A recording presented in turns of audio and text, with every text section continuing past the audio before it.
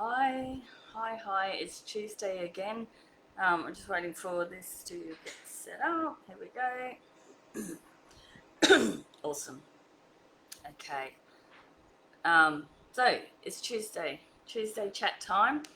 Um, didn't have a Tuesday chat last week because I was down in Brisbane, but I am back again, back in the studio.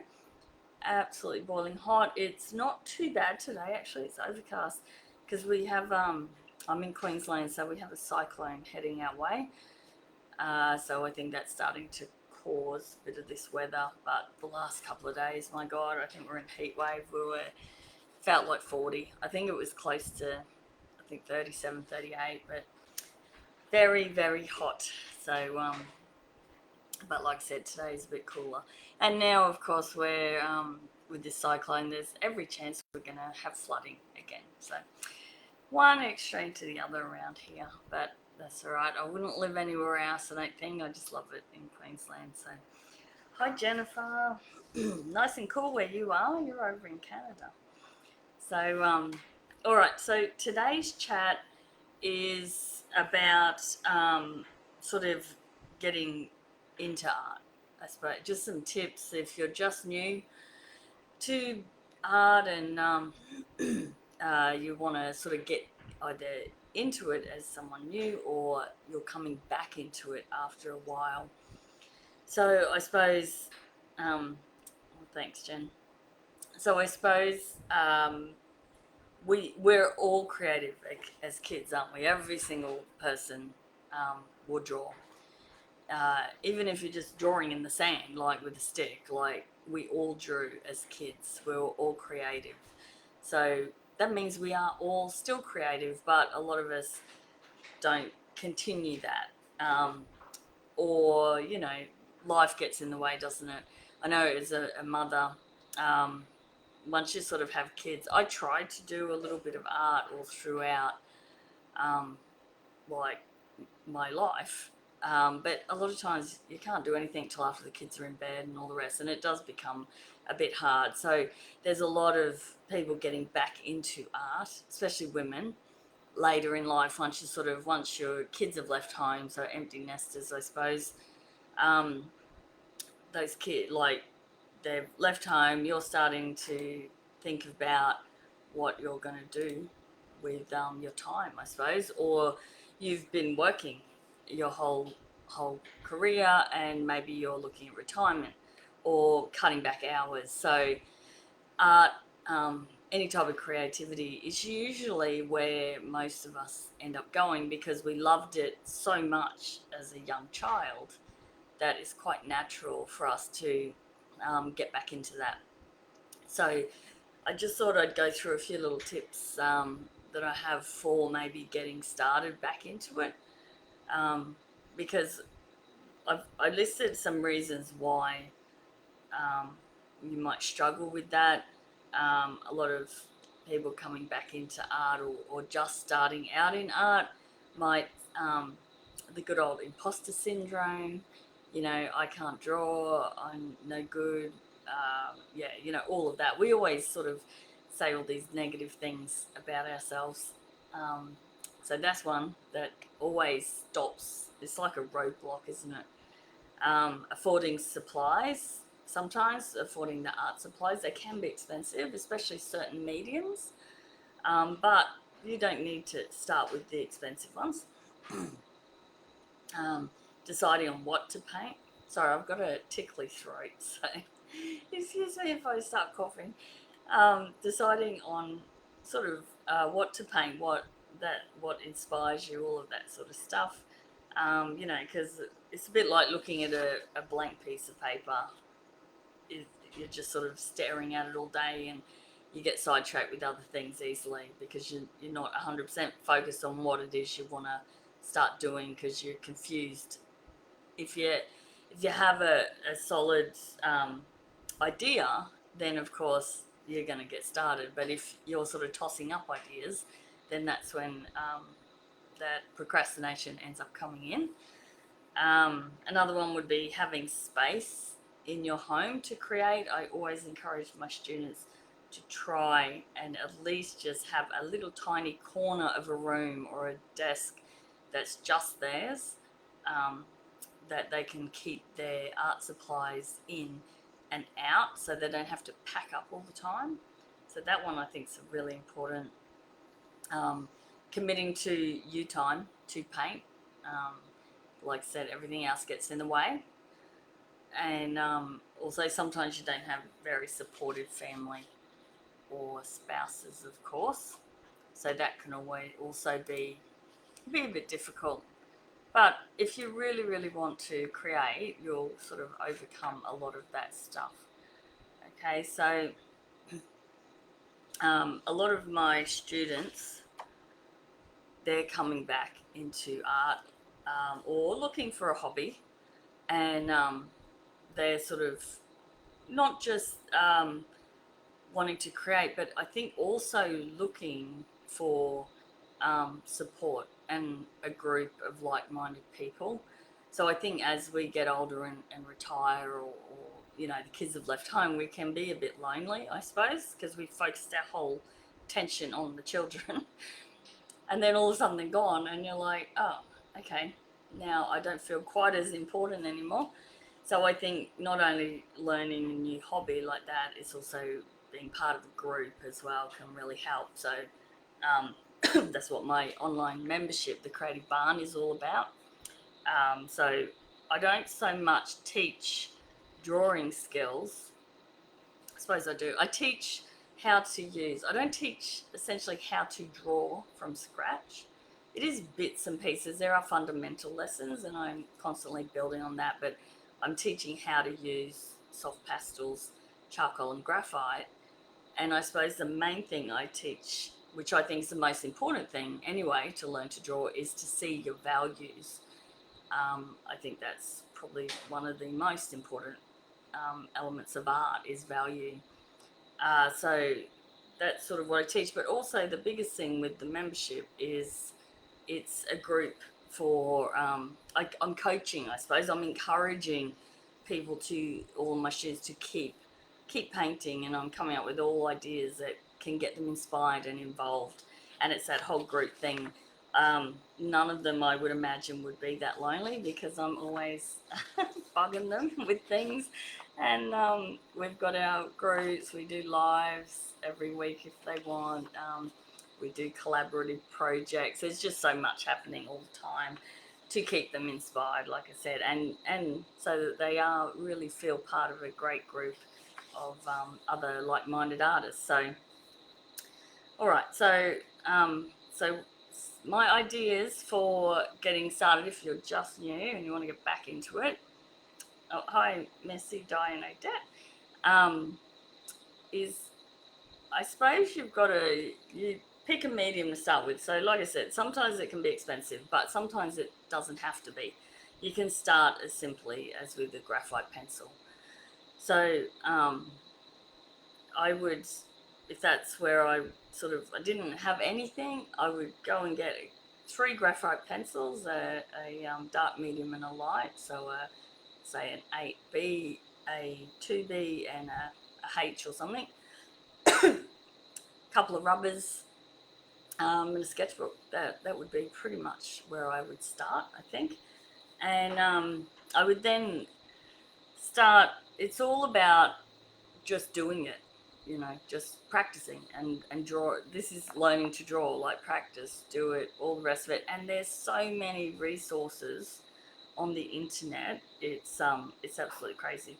On YouTube is just a wealth of knowledge. So if you had absolutely no money, you could still quite easily get a full education on drawing just by watching YouTube videos.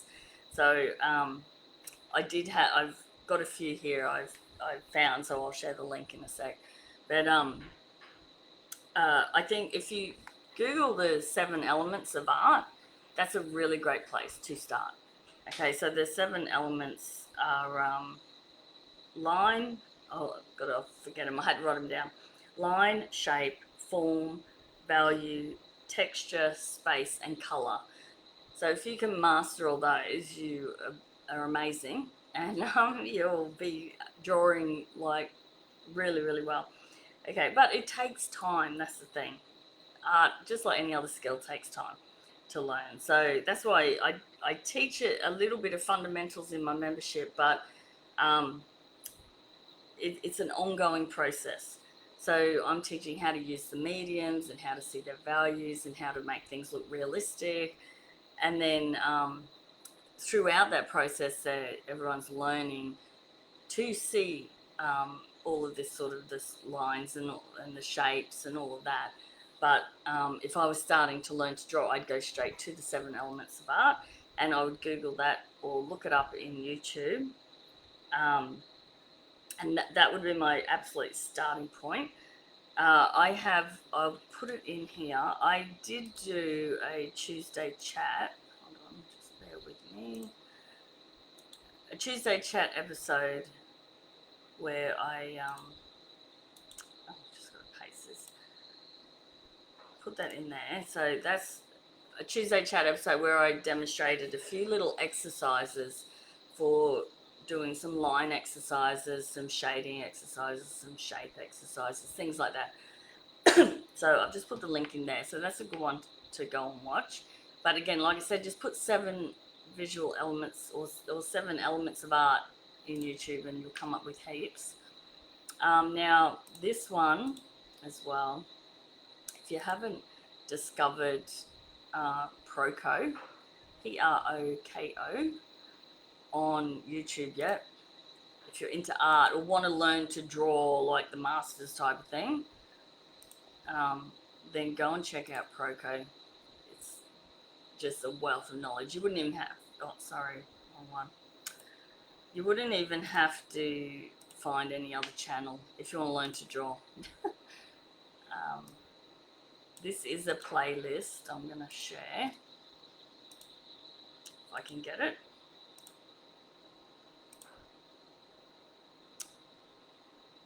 No, why does it keep bringing that up? Hold on. I don't know why it is doing this. Hold on. Sorry. Kerry can't operate things. Here we go. This might be better. I think it. I can draw. I can't tech. Let's see if this time it works. Yes. Okay. So, like I said, Proko, Proko. This is just one playlist on Proko's YouTube channel, but they teach more so like all the fundamentals of drawing, but more so portraiture is I think what they focus on over on that channel. And then I did find one for how to draw animals with Glenn Vilppu, who is a master artist, I suppose. And it's like a 2-hour, this is what I mean, on YouTube, you don't, sometimes you think it's all just speed painting and speed drawing on YouTube, but there's some really amazing stuff on here. So this is a 2-hour lesson on drawing animals. So this one, you know, if you've got the time, is another great one to go and check out. But you'll go down the rabbit hole anyway. And YouTube's like that, isn't it? The minute you look at one, they put all those other ones down the side and you end up going through. But make sure to save the ones that are good, otherwise you'll lose them. So they're just a couple. But like I said, you don't need to pay for anything if you don't want to. You can just do the whole lot for free.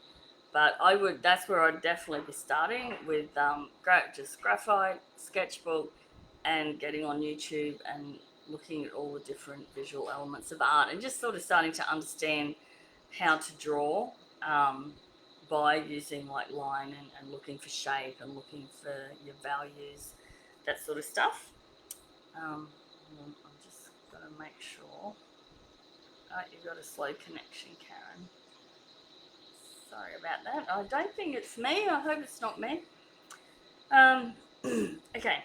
And then, of course, I talked about gesture drawing the other week. So You can schedule 15 to 30 minutes a day of going outside and sketching anything, um, even a piece of grass, whatever.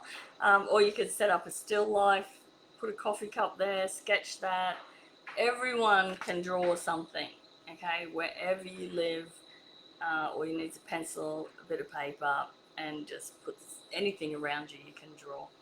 So, but also gesture drawing, like I mentioned the other week, there's websites as well that you can get on there and practice gesture drawing where you have different photos come up. So any type of drawing, you're going to get better the more you do it. Okay, so I'd start there. Then if you wanted to then progress into sort of some colour as well while you're doing it, get familiar with the colour wheel.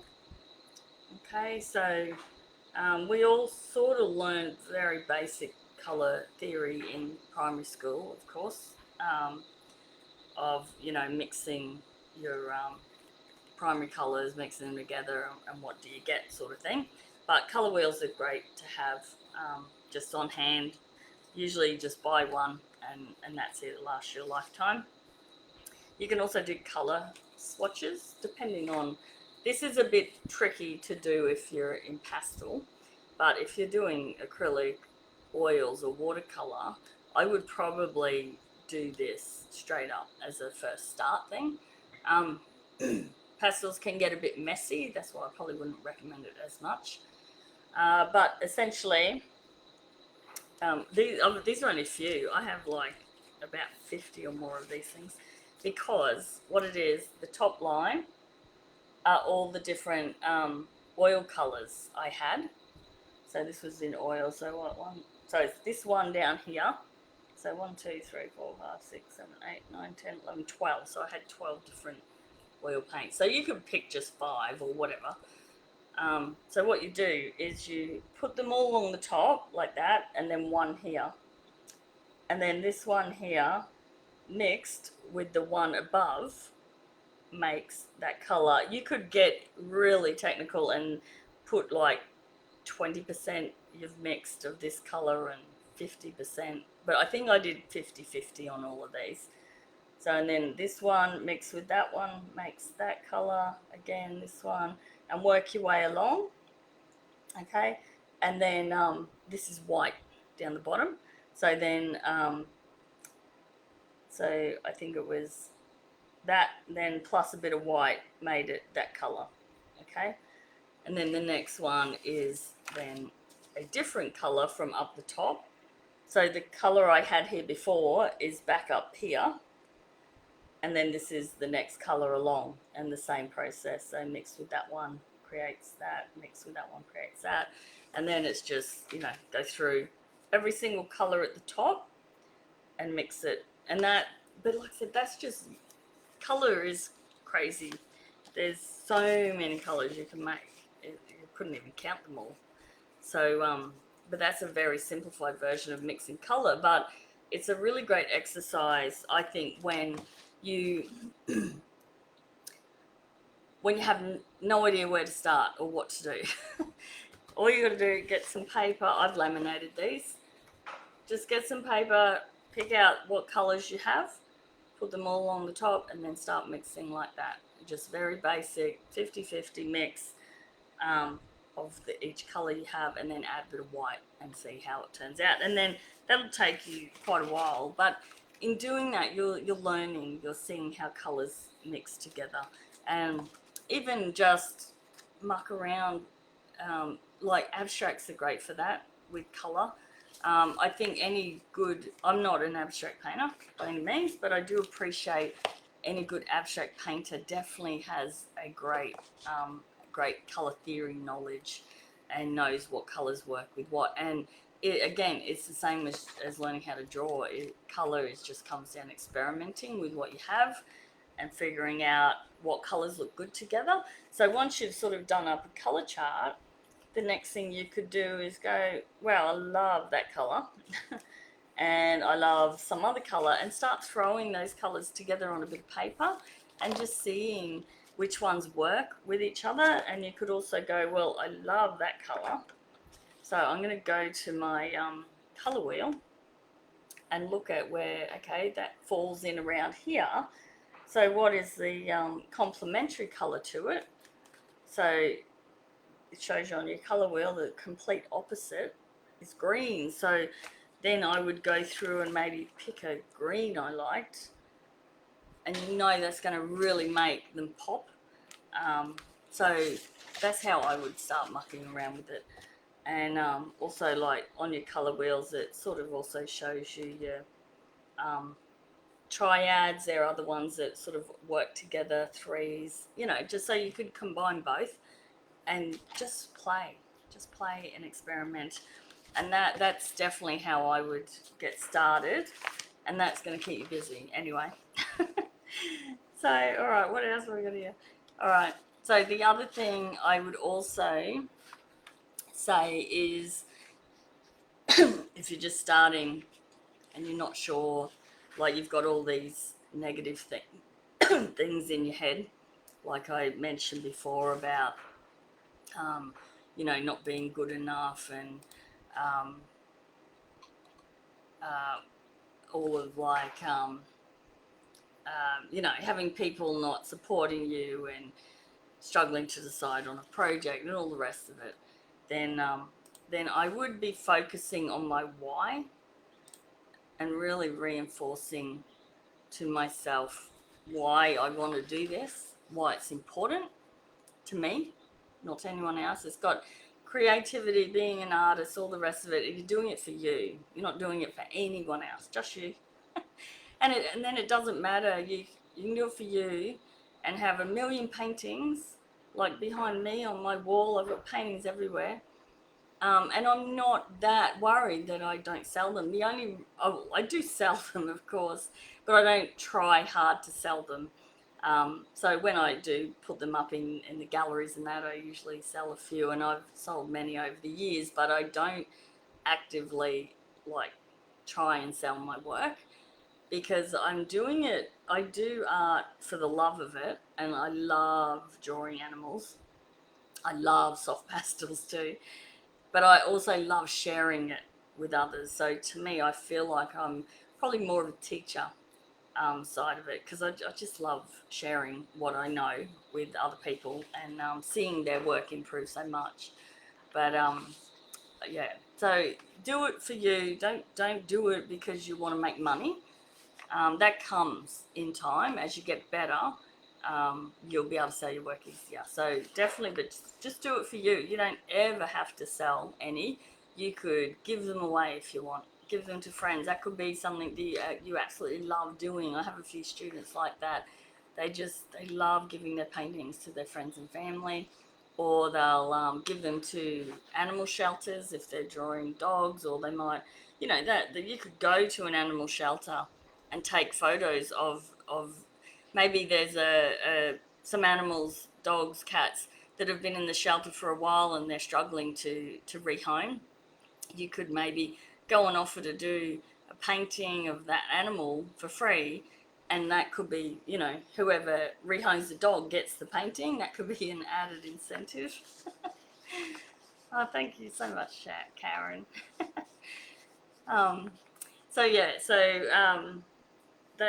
that's your why. I think is really important to figure out what it is why you want to do it. Like, so just ask yourself, what is it you really want to paint? First of all, I suppose you might love landscapes, or you might love flowers, or for me it's animals, or you might want to paint your grandkids. Maybe that's a really big dream, to one day be able to paint your grandkids, because they're great subjects. Um, and then why do you want to paint it as well, I suppose. Um, and then so just sort of sit back and ask yourself these questions, and you'll figure out what it is that really wants, why you want to really do it, and that will help with inspiration and to keep you going and keep you focused as well.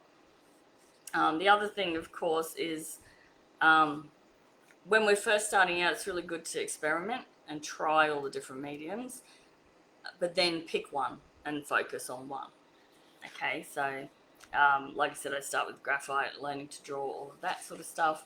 But then play with all of them. I'm biased because I think soft pastels are the best medium going, even though I've tried them all. They're just, but certain ones will suit different people. Soft pastels are good for me because I'm lazy and I don't like to clean up and pack up brushes and paint. So as much as I love oils, they're I end up I don't know I end up ruining the brushes. I make a mess everywhere. So I um I went to pastels instead. So um, I'd also, when you're on this learning process, I would definitely immerse yourself in art. So that means going to galleries, going to local art societies, joining art societies, um, just, be inspired by art around you. It's funny, we sort of go through life with our blinkers on unless we start to like something. And then, it's like when they say when you buy a car, you think you haven't ever seen that car on the road, but the minute you buy that car, you see a million of them on the road, or anything you're all of a sudden interested in, then it seems to come up in front of you all the time. Whereas, yeah, otherwise we sort of we're things are only coming to your world that you look at. Whereas there's a lot of stuff around you. So if you immerse yourself in the art world, you'll see there's a lot. There's a lot just in your local area that you can become part of that you probably didn't even know. Um, so, of course, start with what interests you. Um, take your time. Don't worry about what others are doing. Don't worry if everyone around you is doing abstract flowers. Sorry. Um, but you want to do hyper realistic animals or something. Oh, there's so many different mediums and styles, so just do what you think is interesting. Oh, that's right. Practice, practice, and practice, of course. Experiment and explore, so try new techniques and mediums, of course. Learn from others for free or go to classes. Um, stay inspired. Sorry, I should have brought a glass of water with me. But that's pretty much it for my little chat anyway.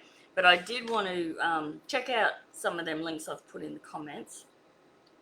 But also, don't forget, anyone who is interested, is I've got my art challenge coming up next Monday. It kicks off.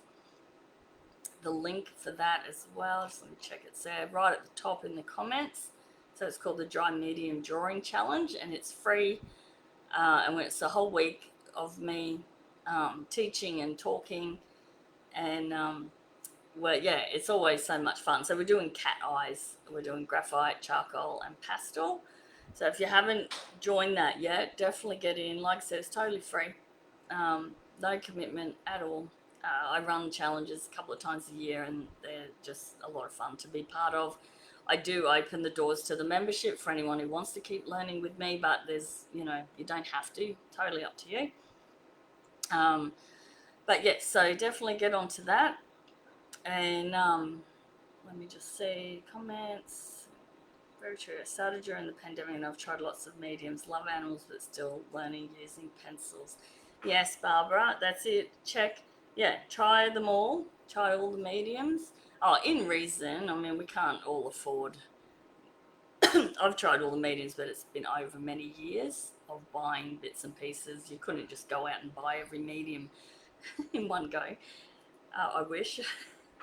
But definitely try them. But then you'll start to focus in on what you really like. That's why I I teach the soft pastels. That's my biggest love, I suppose. But I also teach charcoal and graphite in that because they're quite inexpensive mediums, but they kind of will go together. That's why I call them the dry mediums that I love to use. Like, we'll quite often experiment with all that, and I think it's it,